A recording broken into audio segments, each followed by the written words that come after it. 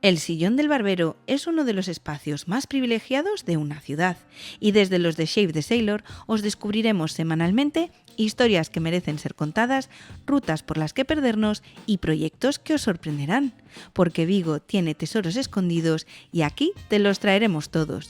Soy Erika Vera y te doy la bienvenida a Lo que Vigo esconde.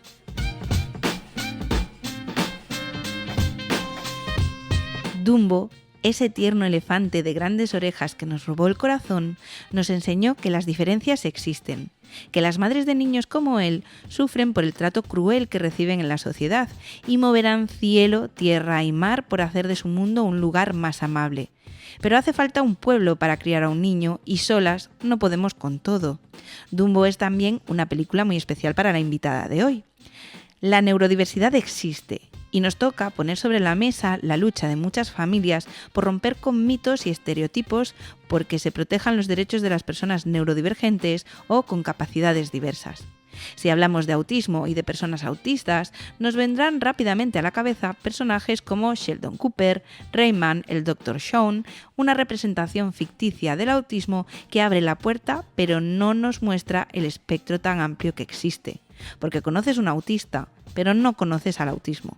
Y es tan necesario acercarse con otra mirada que no podía no invitar a Paula Verde.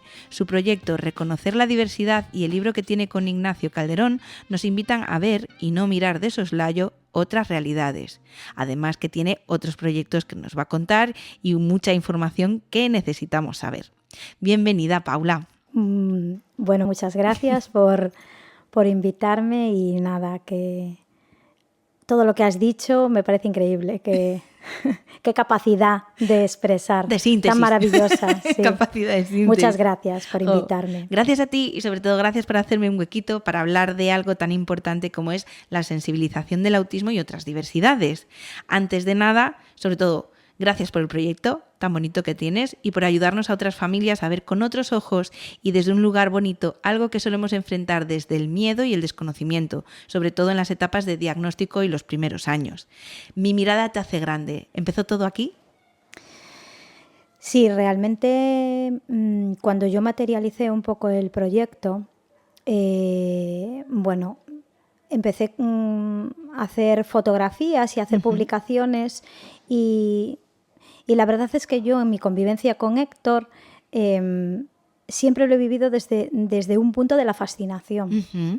Y también es verdad que las personas con las que me rodeaba, su terapeuta y otros amigos que empezaban a estar dentro del mundo de la diversidad, aunque diversos somos todos. Evidentemente, pues veían que, o sea, en mi hijo siempre he tenido como esa proyección hacia afuera, crea como una cierta fascinación, pero que no todo el mundo es capaz de verlo. Ya. Y entonces yo al final intentaba transmitir cosas que iba aprendiendo con él de sus particularidades y como las compartía, me llegaba el feedback de la gente de que era una manera muy diferente, ¿no?, a lo que estábamos acostumbrados, no desde la pena, desde la compasión, sino empecé un poco pues por eso, por lo bonito, por la fascinación, por la creatividad, por lo que me llevó a mí a estudiar fotografía. Entonces era como que estábamos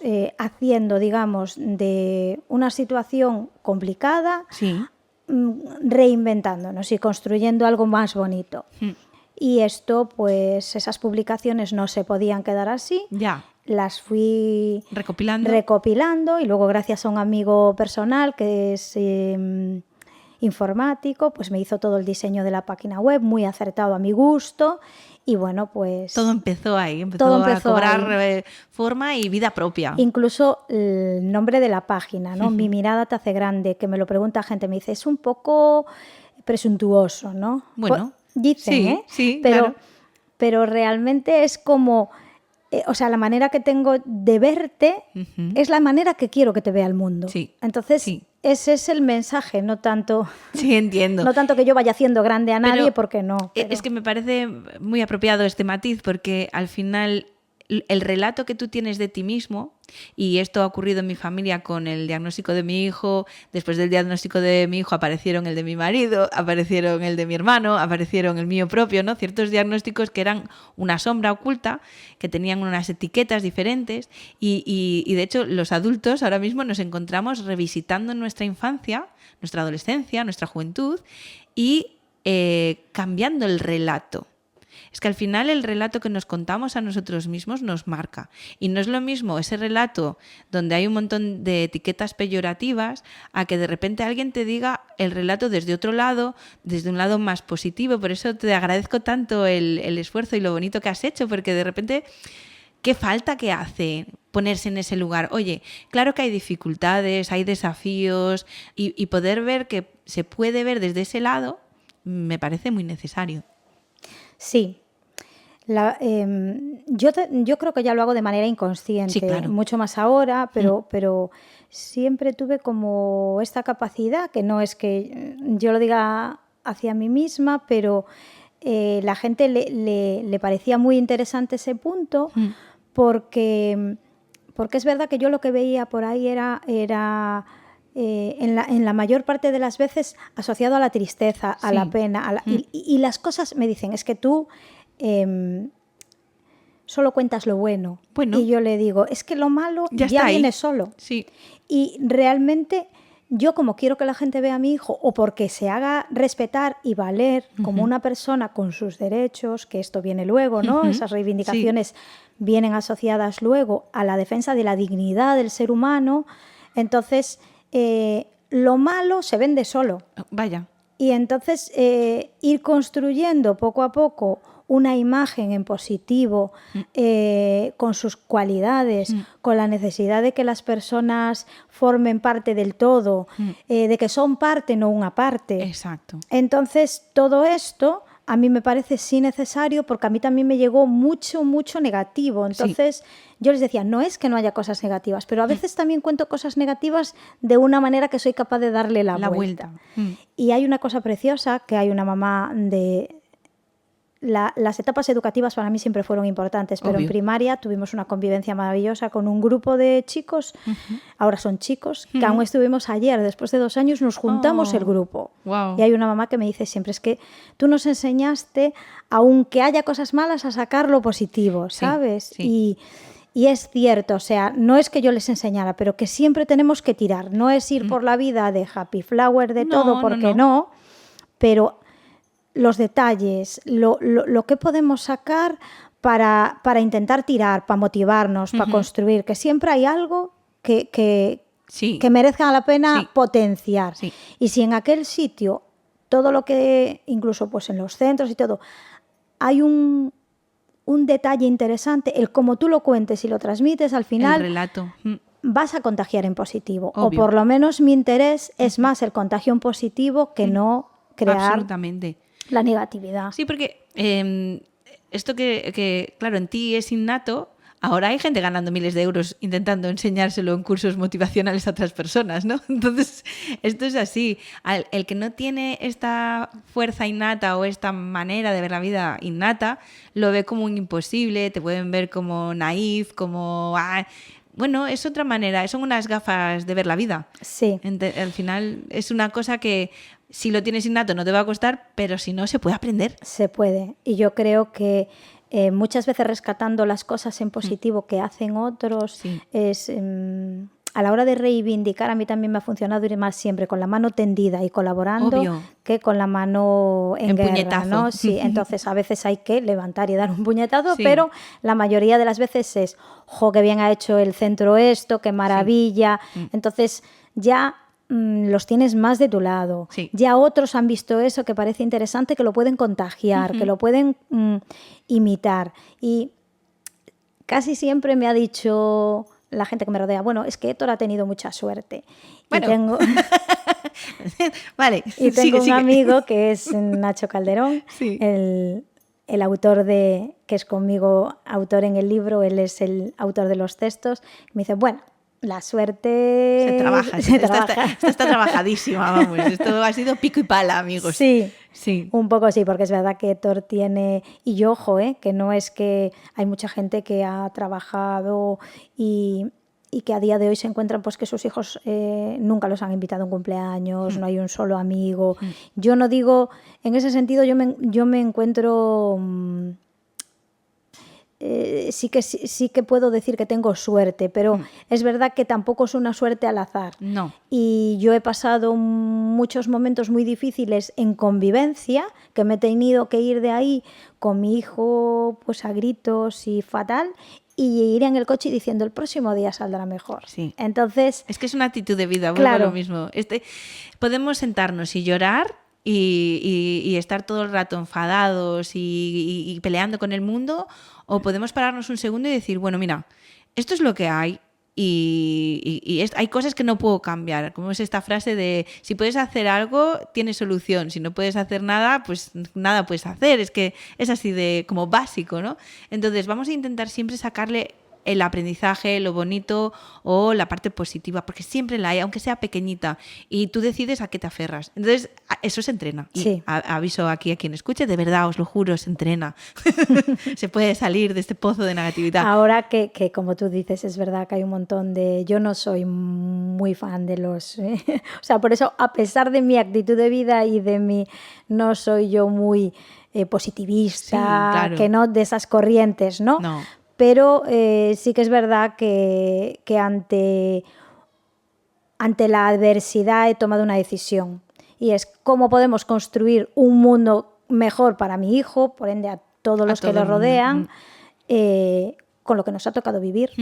O hacemos de ello un drama, sí, o cambiamos las cosas para bien de todos. Totalmente. Que eso no exime de los malos días, de los malos momentos y de todas las dificultades y desafíos que te tocan, como por ejemplo la que estáis viviendo ahora, que la tocaremos un poquito más tarde, porque me parece importante que hablemos de ese tema. Pero antes de llegar allí vamos a ir un poco en cronología, ¿no? Nace Tu mirada me hace grande, de ahí aparece Reconocer la diversidad.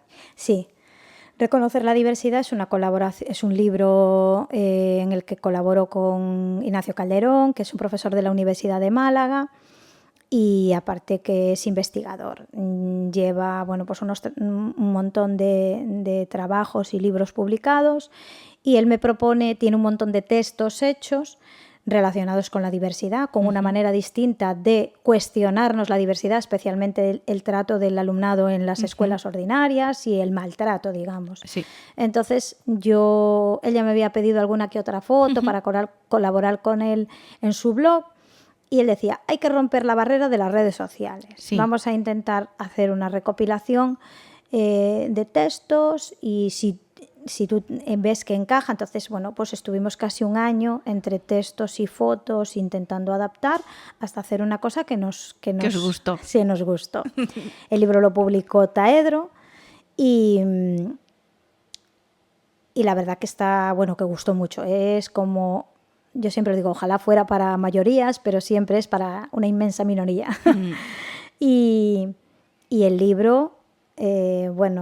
ojalá algún día pueda yo tener el tiempo para hacer una segunda edición, porque a Nacho no le falta literatura, pero bueno, está ahí en proyecto, ojalá que algún día podamos hacer. Hicimos exposiciones hicimos exposiciones muy potentes, porque una se hizo en Washington, wow. Sí, y la imprimieron desde allí. Otra se hizo en la Universidad de Málaga, también la imprimieron desde allí. En Mérida tenemos una amiga que es concejala de Educación y Accesibilidad en Mérida, y lo puso en el ayuntamiento. Yo la puse también en un festival de fotografía que se hizo en Vilagarcía de Arousa, y pues... esto, el libro. Yo además tenía otras exposiciones que había hecho en Vigo, a Casa da Muller. Tengo varias, Vane, la chica de A Casa da Muller es un encanto de mujer también, y esta chica siempre me llegaba el 2 de abril, que no es que yo sea fanática de los 2Ds, pero bueno, venga Paula, a ver, hice varias expos antes de la del libro, luego estuvo la del libro, y pues es la manera de romper. Cuando estuvo en el Festival de Fotografía, que hubo muchísimos autores que se reunieron allí, era como oye, desconocemos este tema, ¿sabes? ¿Qué manera de llegar? O sea, a través de la fotografía, del arte y de otras. Bueno, se hizo en la finca de Teresa Charlín, que es una amiga fotógrafa también, que nos cedió amablemente todo. Y una de las pocas charlas que hizo en ese encuentro fue la mía, que quiso, que le parecía necesario que aprovechásemos la oportunidad para dar a conocer la diversidad, el autismo desde otra mirada, el tema de, pues eso, de dignidad, de derechos, de capacidades, de todo. Y bueno, pues siempre he tenido y me he rodeado de gente que me ha dado altavoces, pues como tú aquí. Sí. Maravillosa. Sí. Es que creo que a mínimo que tengas un contacto con el tema, te das cuenta de la necesidad tan grande que hay de dar altavoz a algo más que la ficción, porque a mí me pasó en primera persona. El diagnóstico llegó con 4 años y claro, sospechábamos que algo pasaba, no sabíamos muy bien el qué, pero eran muchas peculiaridades que yo recuerdo el momento de sentarme con mi marido y decir, mira, es que necesito llevarlo y que hagan un diagnóstico porque o hay algo con el peque o hay algo conmigo, ¿sabes? O sea, porque estoy todo el día justificando ciertos comportamientos y digo, yo necesito que alguien me diga, no, Erika, eres una paranoica, eres madre primeriza, solo tienes uno y se te está yendo la perola. Entonces, claro, cuando llegó el diagnóstico fue un ostión, yo no me lo creía. Digo, pero si mi hijo es cariñoso, habla, tal. Es claro, no daba el perfil de lo que yo hasta ese momento, con 0 conocimiento, había tenido sobre autismo. Y esa primera puerta, que es ya cuando pues, te pones a investigar, porque por desgracia los seres humanos somos así, o nos toca la puerta, hay muchísimos temas por los que pasamos sin pena ni gloria, que no nos interesan lo más mínimo, o no ni los miramos, ¿no? Y ahí es cuando me doy cuenta de decir, qué equivocados estamos, qué generalizada tenemos estas opiniones o estos clichés o estos estereotipos y qué alejadísimos están de una realidad que es inmensa, ¿no? Y esto me lleva a hacerte una pregunta que es, ¿qué te gustaría a ti que la gente supiera sobre el autismo? Bueno, yo tengo varias publicaciones que son pues rompiendo falsos mitos y como yo, Belén Jurado, otra gran mamá que tiene a Lucía, ella vive en Madrid y ¿qué pasa? Que hay un montón de falsos mitos que lo que hacen es que a la gente ya se le prejuzgue. Sí. Siempre pensemos que van a actuar y esas pluralidades, yo muchas veces pongo el ejemplo de Nemo, ¿no? Que dice, eres un pez payaso y dice... Es que no, cuenta un chiste y dice, no, es que no todos contamos un Efectivamente, soy un payaso pero no tengo gracia ninguna, de hecho soy un payaso bastante poco gracioso. Claro, es que... Pues esto es así, que nos acostumbramos a decir estos niños, estas generalidades, y yo quiero hacer hincapié en que eso hace mucho daño muchas veces. Y incluso las tablas de crecimiento, todo, o sea, los estándares, y madre mía, a mí me ha hecho siempre mucho tortura. daño, que es imprescindible que conozcamos a la persona siempre, porque es que Héctor, mira, es hipercariñoso. Tiene un montón de cosas que podríamos decir, porque es un excelente pensador visual. O sea, de las cosas que me quedo son con las buenas. Claro, es un excelente pensador visual. Sí que, por ejemplo, se aprende muchísimo diálogos y tiene colalias y pues puede tener estereotipias, puede tener así palabras que son más relacionadas con este, ¿no? Pues con el tema del autismo, pero no le molestan los ruidos. De hecho, a ver, es verdad que se hace una campaña muy grande por los perros, por los niños pues con algún tipo de sensibilidad auditiva. Pero a Héctor le encantan, por ejemplo, los petardos. Claro. Es un fanático y mi suegro, pues allí donde vivimos, le gusta mucho comprar para ciertas cosas, ¿no? Y dices tú, pero... El otro día me decía una amiga que íbamos a su casa y decía, va a haber bastante gente. No, a él no le molesta, él es como un elefante en una cacharrería porque es un ruidoso. No le molesta. Habrá otras cosas que sí, que sean, pues, luego pues tiene ciertas restricciones a la hora de la alimentación. No todas las que te dice la gente. No. Es que, porque esto también me ha pasado a mí, es decir... descubrir el perfil sensorial, que era una cosa que me rompió la cabeza. El perfil sensorial. ¿Qué es el perfil sensorial? Descubrir que tenemos más de 5 sentidos y que dentro de esos 5 sentidos hay niños que tienen hipersensibilidades, hiposensibilidades, es decir, ya solo esos factores, o sea, estamos hablando que un ser humano tiene el factor de coeficiente intelectual, el factor de la sensibilidad, hiposensibilidades, hipersensibilidades, son todo variables que volvemos a lo mismo, que hacen un sinfín de... Por eso se habla de espectro, ¿no? Claro. Entonces, cuesta. Luego ahora también se está luchando un poco porque de repente es como, claro, ahora todo el mundo es autista o todo el mundo es un poco autista, no sé qué. Y es como, claro, es que los autistas son seres humanos. Es decir, hay manifestaciones que son del ser humano y que compartimos todos. ¿Qué pasa? La diferencia quizás no está en que tengas o no tengas, vamos a decir, estereotipias. Estereotipias, que es una palabra que la gente a veces no la conoce. Estereotipas son, podríamos decir, la manía que tienes de morderte las uñas, por ejemplo. Claro, una estereotipia, que podría ser este movimiento repetitivo que tú utilizas para regularte, es de ser humano. El tema es cómo encaja, o sea, y de qué manera se manifiesta y qué implica eso, ¿no? Ahí, a partir de ahí es cuando entramos a valorar otras cosas, ¿no? Y tampoco ayuda el no pareces autista, por ejemplo, o hay muchas cosas que hay que ir rompiendo y pico pala, y por eso me hacía tanta ilusión tener este episodio contigo, porque conocer tus proyectos y tus cosas es como, wow, espérate que hay otro camino. Sí, a mí especialmente, y siempre lo digo, por ejemplo, Héctor fue no verbal muchísimos años, ahora tiene pues digamos un archivo de palabras más bien adquiridas a base de aprenderse vídeos, y luego siempre lo digo que es una cosa que le extraña mucho a todo el mundo, y es que él aprendió a hablar en inglés. Toma ya. Más que en castellano. Fíjate. Él se defiende muy bien. A veces va a campamentos y la gente me dice, mira, es que le enseñáis inglés en casa, parece que va a probar a la gente si sabe inglés. Es muy curioso. Sí. Y él, sí, I love you. Tú le preguntas, tengo amigas que dicen, oye, fue llegar al coche y nada, pero le dijimos, hello, Héctor, o sea, en cualquier... Sí. Yo es que hablo fatal inglés, ¿sabes? Como no por encima parece que está hecho a propósito, porque yo hablo y él es una máquina. Sí.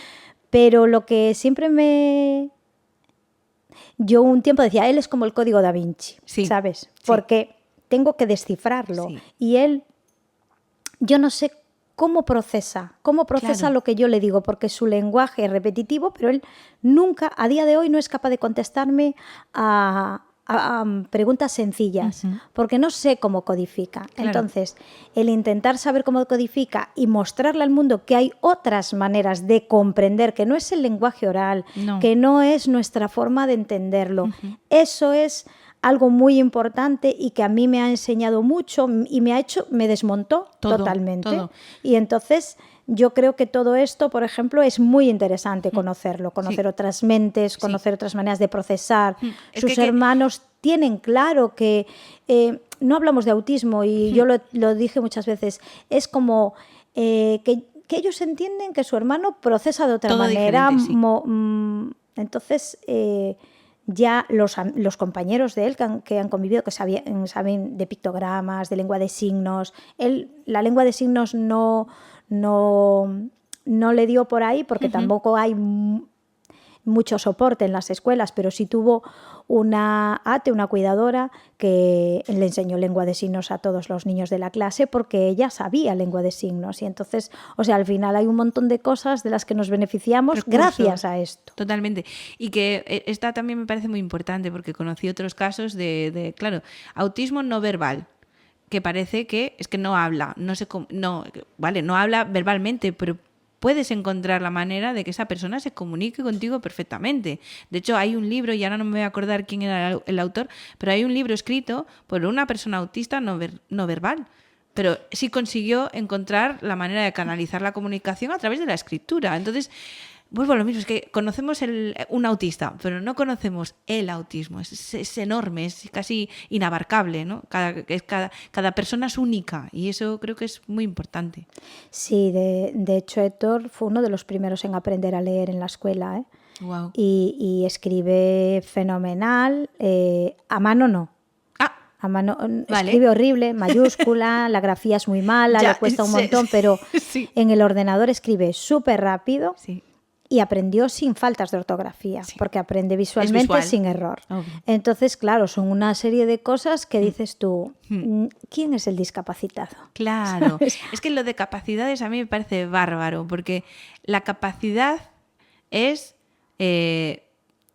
hacer algo, ¿no? Vale, Messi tiene una gran capacidad para jugar al fútbol, pero si tú le pides que te toque la quinta sinfonía de Beethoven en el piano, pues simplemente no vaya a poder. Es un discapacitado pianísticamente hablando.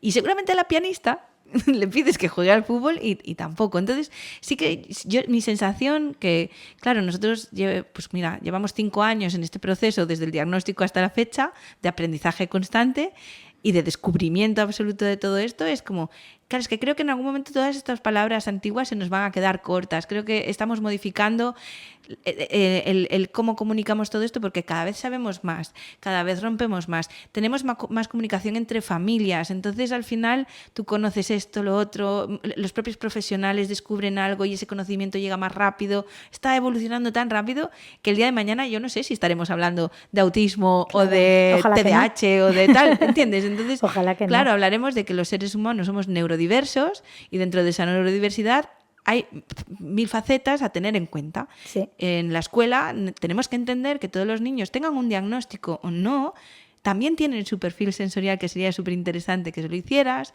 tienen un proceso de aprendizaje diferente cada uno de ellos, uno será más auditivo, otro será más visual. Entonces, todos estos datos, toda esta información, algún día eclosionará, ¿no? Es mi sueño, pero de momento es lo que hay y son las palabras que tenemos para usar, que es un poco a veces... Y con lo que, pensando lo que decías antes del diagnóstico por tu caso, por tu hijo, por tu familia, qué importante también saber que ese diagnóstico debería darnos herramientas y muchas veces al final es una losa. Totalmente, en muchas ocasiones. Totalmente. Igual manera que el porcentaje de discapacidad. El porcentaje de discapacidad, yo decía, me decían que era la llave que abría muchas puertas, bueno, pero que luego, ¿me entiendes? Sí. Las ayudas, es algo por lo que nos hacen pasar, pero que luego tu hijo va con esa losa de ese porcentaje y que por otra parte, a mí me lo decían en Igualarte, ¿no? Me lo decía Cristina. No, es que nosotros estamos ese porcentaje de discapacitados para entenderlo a él. Claro. Que ese es el tema. Claro. Entonces es como al final yo me rodeo de gente que también es como de una corriente de pensamiento que le da un poco la vuelta a todo. Porque Igualarte es otro... No los conozco. Igualarte es otro punto maravilloso, es un centro artístico y bueno, trabaja con personas con discapacidad, pero bueno, hay chicos también que no, bueno, o sea, con personas, vamos a ponerlo. Gracias. Sí. Bien matizado. Yo trabajé con ellos, les daba curso de fotografía a los chicos, tuve un grupo majísimo, hicimos una exposición de cine, hicimos carteles de cine y yo les quiero un montón. Héctor Valle desde que tiene 3 años y bueno, es que Cristina, tú la escuchas hablar y yo es que me encanta, o sea, tiene de estar en convivencia con los chicos, hay centro ocupacional, por la tarde son como actividades artísticas. Héctor ahora mismo va a música, teatro y a Chico plástica.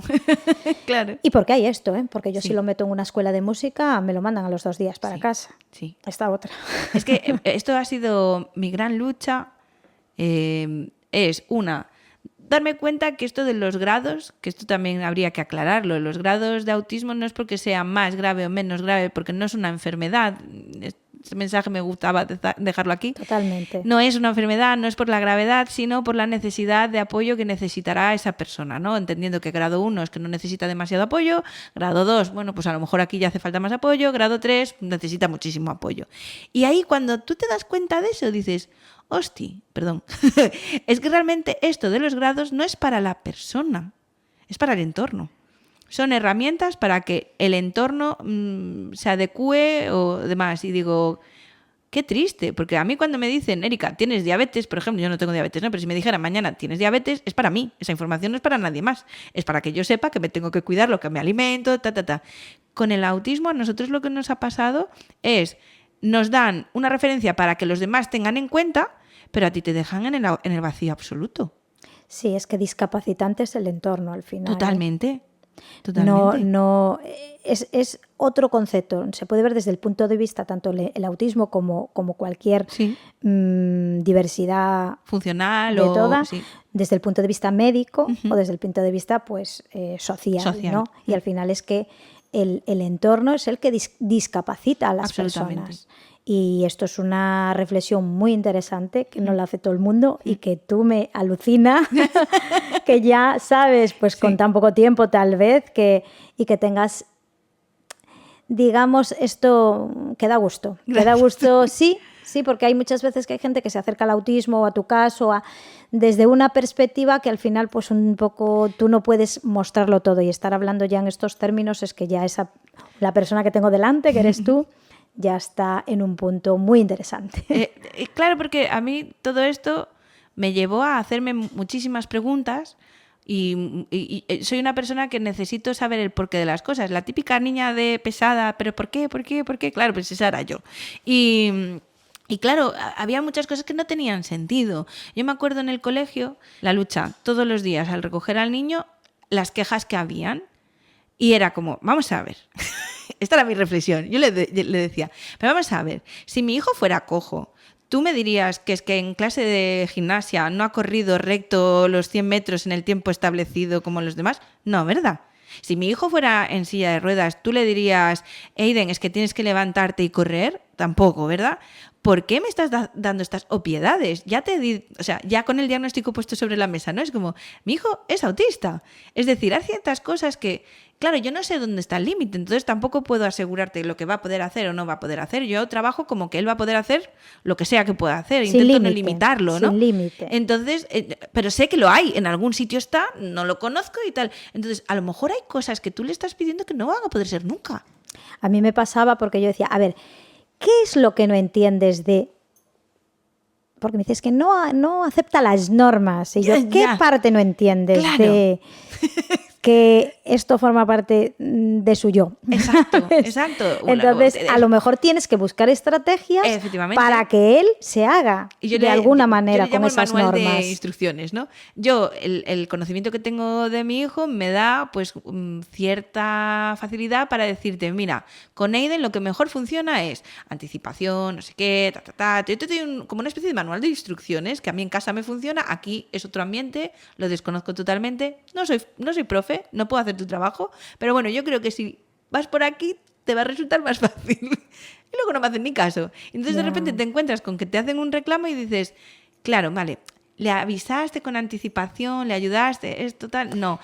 Pues entonces no hay mucho más que te pueda decir. Es que por norma general vamos al resultado final y al drama, lo que pasó, pero nunca vamos al origen. Claro. Y eso yo lo reclamo constantemente, porque sí que es verdad que una vez en un episodio concreto, Héctor es un niño que, bueno, que hay niños que se autolesionan, hay niños que pegan, y todo esto es por algún motivo, ¿vale? Pues Héctor concretamente tiene otras manías y no suele ni pegar ni autolesionarse, pero pues una vez me dijo una persona pues que le había dado, que no era ningún drama, simplemente me decía que habías explotado en ese sentido. Claro. Y yo no daba crédito, digo, entonces arañando un poco me dice, no, es que intentó salir y lo bloqueé. Entonces digo yo, mira, es que a lo mejor hasta si me bloqueas a mí, igual me sale sin querer un manotazo. Entonces digo, un empujón. Claro, hay cosas que entendemos, por ejemplo, las contenciones también son unas prácticas terribles a todos los niveles, ¿no? A veces en algunos casos no queda más remedio. No me gusta hablar tampoco de temas que desconozco, ¿sabes? Y sobre todo cuando ahora estamos como generalizando, porque volvemos a lo mismo. Esto es, claro, cada persona... No me gusta ahondar en eso, pero sí que es verdad que puedo decir que si tú no te han dicho intenta negociar. Con él hay que negociar, con todo el mundo, pero especialmente con él. Sí. Es como, venga, va, si haces esto, pues vale, pues vamos a salir 10 minutos antes, pero tienes que... Entonces... yo negocio constantemente. Mira que si no hay, pues con los huevos Kinder. Tengo la colección de los Harry Potter, que lo digo. Claro. Pero Parece una tontería lo del premio que no se debe de utilizar. Bueno, pues yo lo utilizo. Chico, pero es que volvemos a lo mismo. A veces el manual de instrucciones que dan para las crianzas están basados en niños, vamos a decir, neurotípicos, por poner una palabra. Yo no sé si está correctamente dicho o no, pero vamos a decir neurotípicos. Vale, ok. Eso hay veces que funcionan, otras veces que no funcionan, incluso en los neurotípicos. Es decir, no hay un manual de instrucciones para una crianza. Siempre todos, cada uno de los padres con sus hijos, y tú que tienes 3, tendrás 3 manuales de instrucciones diferentes, sabe cómo funciona, lo que funciona y lo que no funciona. Y hay veces que, por ejemplo, en mi caso, el tema pantallas, pues benditas las pantallas, benditos los videojuegos, benditos... Yo siempre comento esta anécdota. Minecraft fue la primera vez, con 6 años, que mi hijo consiguió entablar relación con otros niños a la altura de los niños, ¿sabes? Porque hasta ahora los intereses de mi hijo eran lavadoras, Titanic y cosas que a otros niños de su edad, nada. Entonces fue la primera vez que pudo conectar con otros niños. Pues, ¿qué quieres que te diga? Bendito Minecraft. Ya. Sí, Héctor, Entonces, la verdad que es hipertecnológico, claro, excesivamente. Luego, por eso sí, a veces también en el centro, por ejemplo, le pasa que como en casa pues tiende, aunque nosotros intentamos controlar, sí, que no esté hombre. todo el tiempo, él tiene muchísima capacidad, mucho estímulo, y cuando llegas al centro bajan esas revoluciones porque, claro, podemos decirlo claramente, se aburren, ¿no? Porque Obvio.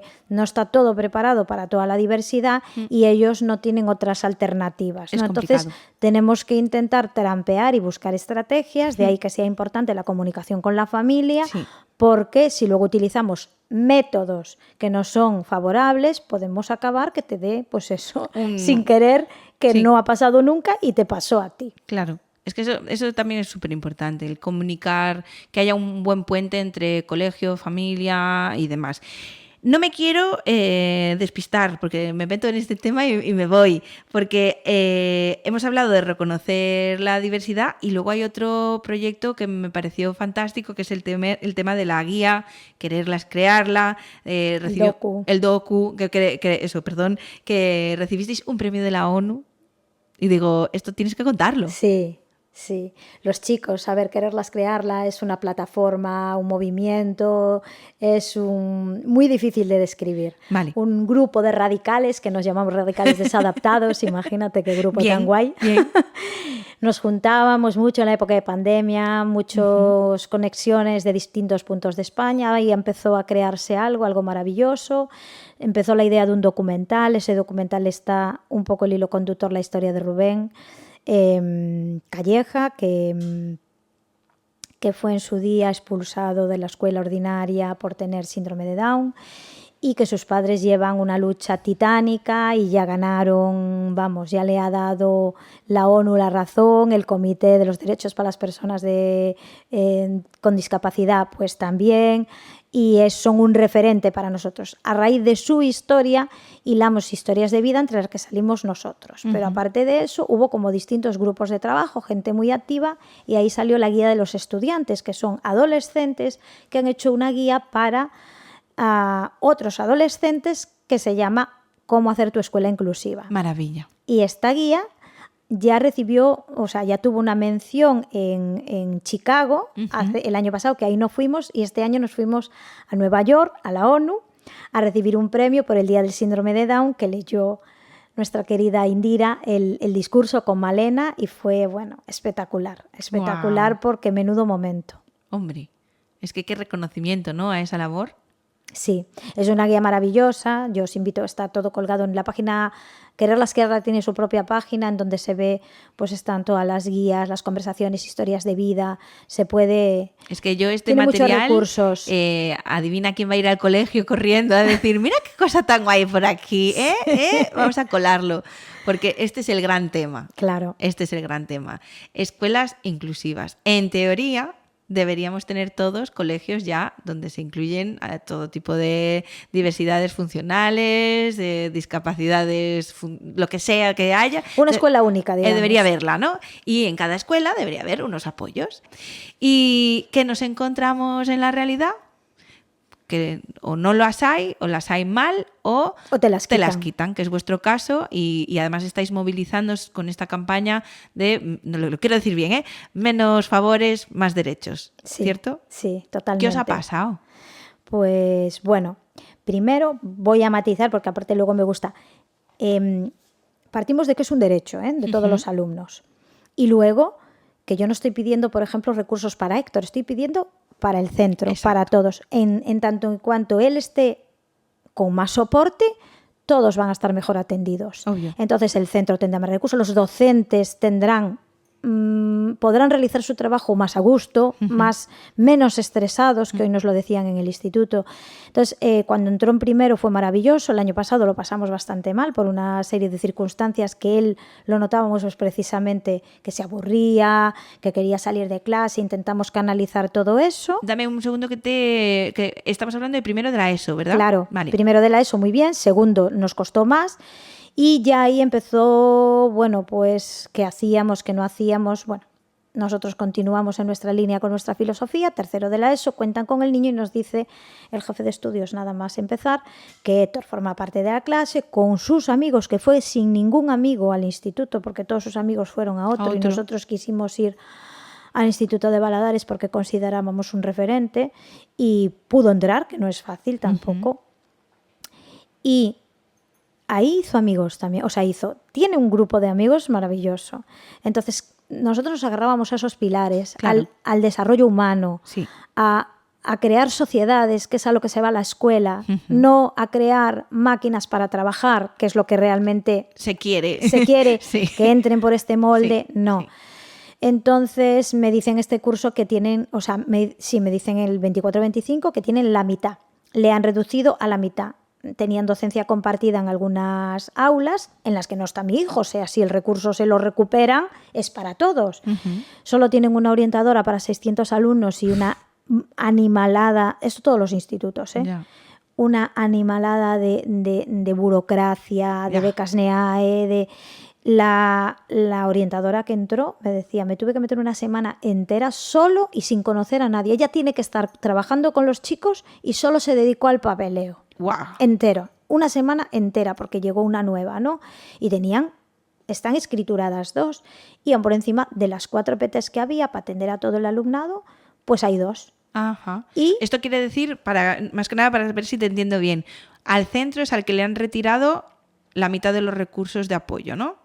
Entonces, claro, yo digo, me decían, es que te lo van a mandar, quieren mandarte. No, el centro no me ha dicho que Héctor se va, pero ¿en qué condiciones está un niño si no le adaptan, si no le dan apoyo?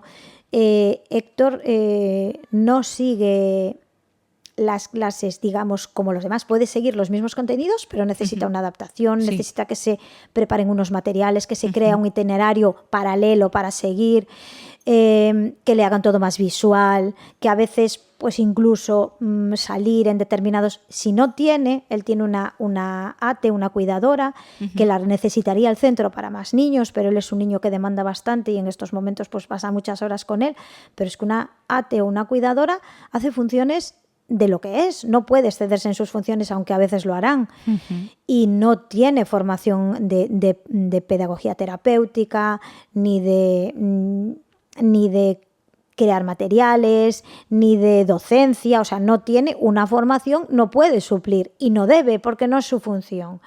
Entonces, claro, ¿qué condiciones le esperan a Héctor si el año pasado ya en algunas materias pues le costaba grandes y en dificultades, claro. Este año estamos peor? Yeah. Entonces, hay un Héctor en cada centro, hay muchos Héctor en cada centro. Es que ya solo por estadística tú ya sabes que hay un mínimo de alumnado que va a necesitar estos apoyos, no los puedes quitar. Y que es eso, que los apoyos al final son para todos, porque todos salen ganando. El centro, la familia, los compañeros, estarán mucho mejor atendidos y conseguirán aprender y es que nuestros hijos... Todos tienen derecho a la presencia, a la participación y a la promoción. O sea, no es un mero estoy calentando la silla, obvio, que es lo que pasa muchas veces. Y entonces, pues ahí está nuestra batalla, levantándole un poco los colores a la administración para que alguien meta mano, me da igual, los colores políticos, a mí me da lo mismo, pero que alguien meta mano. Absolutamente, porque Claro, yo entiendo que de aquí la respuesta será, pues es que no tenemos presupuesto o han reducido tal, ya, pero es que estamos hablando de las infancias. Estamos hablando de que ya los recursos que habían eran insuficientes. En el colegio de mi hijo, por ejemplo, pasa un poco lo mismo, es un cole pequeño. A mí me estuvieron presionando para tener un papel para poder ellos empezar a solicitar cosas, que era como, tío, es que tardan un año en darme cita con neuropediatría, ¿sabes? O sea, yo hasta dentro de un año, ¿y qué hacemos? Pues durante este año, nada. Ah, caray. Es que claro, es que son muchos, es que hay muchos niños, es que hay... Pero aparte te digo, se nos olvida de que es una etapa obligatoria, sí, que son recursos que son de todos, sí, y que es un derecho. sí, Y porque que tu es hijo vital. tiene tanto derecho como el otro a Claro, aprender. claro. Como tú decías antes, si tú necesitas muletas, no te mandan sin muletas. Si tú necesitas gafas, no te mandan sin gafas. ¿Por qué? ¿Por qué pensamos que esto es un favor? Claro. Y aparte que no solo es importante por esa parte, también es importante porque estamos hablando de unos años que son vitales en el desarrollo de un ser humano. Estamos hablando que, pues atención temprana, obvio, cuanto antes se detectan este tipo de situaciones, antes puedes intervenir. Pero si la detección es temprana, pero la intervención es tardía, hemos perdido años vitales en el desarrollo de esa persona. Entonces, coño, perdón aquí con vehemencia, pero me toca, ¿sabes? Es jolín, al final no es es que hay presupuesto o no hay presupuesto, es que da igual de dónde sea que lo tengáis que sacar, pero no le quitéis a un centro de 600 personas la mitad del equipo esencial para la educación de tantos niños que habrán en ese centro. Nos ponemos de punta de lanza, nos ponemos ahí en la cabeza poniendo el nombre, porque yo lo que haga falta, claro. ¿sabes? Pero es verdad que no es por personalizarlo. Al final todo el mundo se está haciendo con la campaña porque todo el mundo ve para sí mismo que esto tiene que ser así. Claro, es que esto vendría a ser un llamamiento para todos. Si los centros estuvieran mejor dotados, con unas intervenciones más individualizadas, que los profes no estén con 25 niños por clase si tienes suerte, ahora lo van a reducir a 20. Bueno, pero 20 sigue siendo una barbaridad. Pero es que en el instituto son 30. Efectivamente, la ahí clase ya de cuando Héctor vamos son allí, 28. Claro. Entonces, todas estas cosas las tenemos que luchar entre todos. No es ya solo, pues que es que yo no, a mí esto... A mí no me toca. No me toca. Bueno, pero a lo mejor ligeramente sí. O sea, todos los niños necesitan una atención personalizada. Estamos en el sistema que estamos, es momento de revolucionarse, chicos. Claro. Es el momento de cambiarlo. Es que tenemos que ver todo, o sea, al final es un acto social, ¿sabes? Totalmente. No podemos quedarnos al margen. ¿Cómo se consiguieron otras reivindicaciones, otras luchas, el feminismo, todos? No todos nos tenemos mires que un vernos... ET. Claro, no nos mires un ET. Claro, totalmente. Porque son nuestros niños y estos niños son los adultos del futuro. Que esto es otra reflexión que yo hago mucho, ¿sabes? Y en este caso, pues os habéis puesto, como tú decías, como punta de lanza, que me parece también súper loable. No todo el mundo está dispuesto a poner su nombre, su vida, la vida de sus hijos en el frente, con todo lo que eso significa a día de hoy, con las exposiciones en redes sociales y demás, el riesgo a pues, que un hater o palabras feas o recibir este tipo de tal. Y eso hace que aún sea más necesario apoyaros, tío, en serio. Es que para bien y para mal, es verdad. A veces llega un punto que te cansas porque dices, siempre exponiéndote, siempre diciendo el niño tiene estas características, tal, cuando es tu intimidad. Sí. Pero bueno, ya hace tiempo que decidí hacerlo y no le puedo dar la espalda. No. O sea... has iniciado una máquina que no se puede parar, Paula. No puedo mirar para un lado. Lo que empezó con un pequeño blog, me imagino como una madre desahogándose y pues compartiendo su vida para que alguien la entienda, porque hay mucha incomprensión luego en tu entorno. Y vuelvo a lo mismo, la sociedad está hecha como está, te ha tocado a ti, tú tienes este carácter, no te importa ser esa punta de lanza y detrás de la punta tenemos que ir todos. Para que sea una lanza no puede solo ser un puntito, tenemos que hacer todos un triangulito a tu espalda para darte fuerza y apoyarte. Entonces, me parecía importantísimo traerte Jolín, muchísimas gracias, de verdad, por todo lo que conversamos, porque a mí también me sirve de mucho, yo aprendo mucho de la gente y luego por hacerte eco y altavoz de este momento tan concreto, puntual y necesario. Porque por mucho que digan, hay que seguir. Sí. No. Sí. Hoy nos decían, no, bueno, pero pero que todavía no hay respuestas, es que siempre habrá, nunca serán suficientes las respuestas. O sea, siempre tendremos que estar recordando que no son favores y no son derechos. Exacto. Que no es que estáis pidiendo un trato especial con más para él. No. Estamos pidiendo lo mínimo, que es poco, pero lo mínimo que se cumpla. Y vamos a cerrar el episodio con la pregunta que siempre hago a todos mis invitados y que, a ver si, no sé yo si voy a adivinar lo que dices, que es, ¿qué te gustaría encontrar en Vigo que no haya? En Vigo. Uh-huh. Es una pregunta hiperabierta, ¿eh? O sea, lo primero que te haya venido a la cabeza, eso es. Sí. Uy, pues fíjate que no se me ocurre así nada. ¿No? Yo creo que a mi Vigo me apasiona. Uh-huh. Entonces, bueno, pues sí me gustaría encontrarme más personas trabajando uh-huh. con diversidad. Mucho más salida laboral para personas, que fueras a un sitio y que fuera tan habitual encontrarte, que no estén solo por aquella subvención en el Decathlon, en el Alcampo, ¿no? Que esto es en todas las ciudades, pero a mí en Vigo me sentiría súper orgullosa de que esto pasase. Qué guay, qué bonito, comparto contigo. Cierto es, porque el siguiente paso después de institutos, universidades y demás, ¿cuál es el gran reto de una persona con discapacidad o con diversidad funcional? Sí, lo que sea. El mundo laboral, queridos. Eso, y es horrible. Sí. Eso es otro melón. Sí, totalmente. Eso nos daría para otro episodio. Exacto. Vamos a dejar aquí a los oyentes, no como si tuviera millones de oyentes, pero bueno, tengo unos poquitos muy fieles que me comentan siempre y me hacen llegar sus opiniones sobre los episodios. Cosa que agradezco infinito, no sabéis la ilusión que me hace cada vez que me escribís y decís cositas, me hace mucha ilusión.